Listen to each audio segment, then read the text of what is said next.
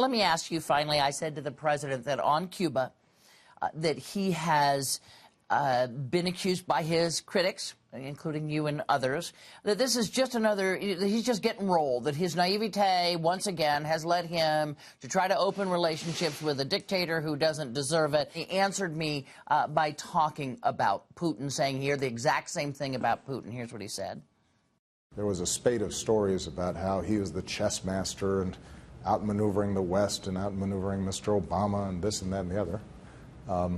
And right now he's presiding over the collapse of his currency, a major financial crisis, and a huge economic contraction.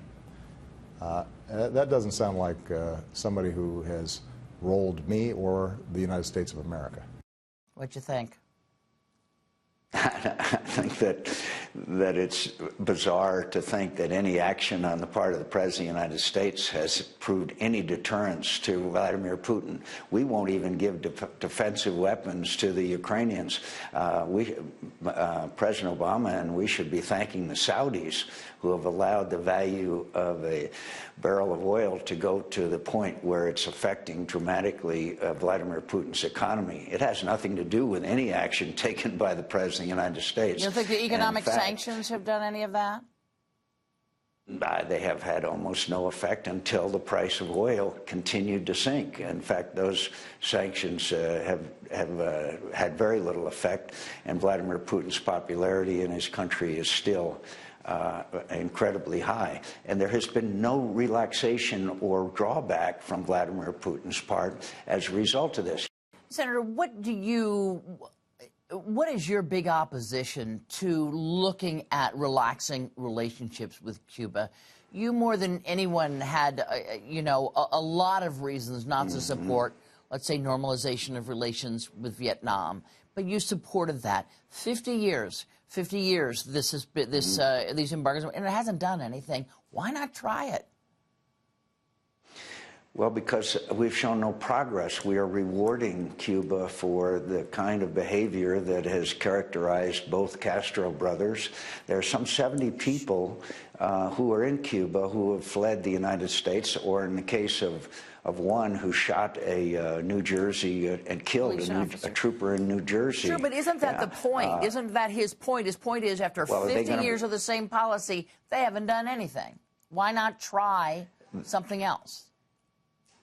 Well, because we would be rewarding the failure that they haven't done anything. If they had shown some progress, I think maybe that it would be, what we are doing is endorsing their 50 years of oppression and repression in Cuba, and that, in my view, would encourage others.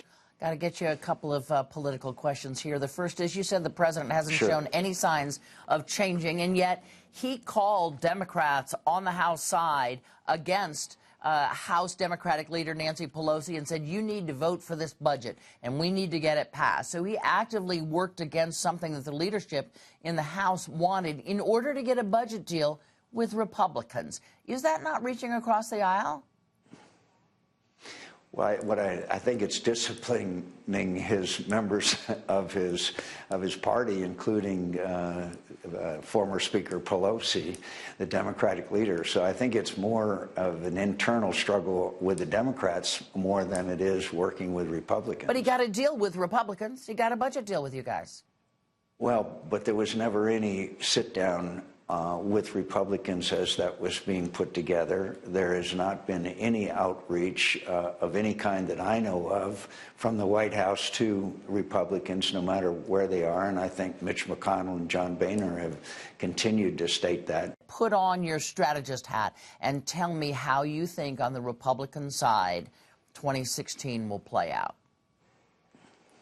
I think for the first time, Candy, we may see national security as maybe since the end of the Cold War, a much larger role, particularly in the Republican Party, where we have really some strong differences of policy outlook on America's role in the world. It's sort of a traditional conflict that's going on within our party, but it's But because of the world we live in today, I think national security will play a much greater role in affecting the views of the voters. And I think that's going to make it much more interesting in some respects. And so therefore, you may see greater divisions from people like Jeb Bush and Marco Rubio and people on the other side like Rand Paul and others. So I think you may see that kind of debate play a much greater role in this upcoming nomination fight. Wow. Doesn't that sort of make the case for a former Secretary of State on the Democratic side?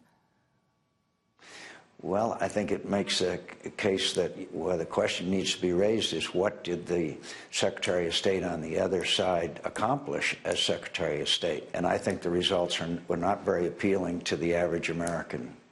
Senator John McCain, I hope you have a wonderful holiday, a happy new year. See you back in Washington. Thank you, Candy.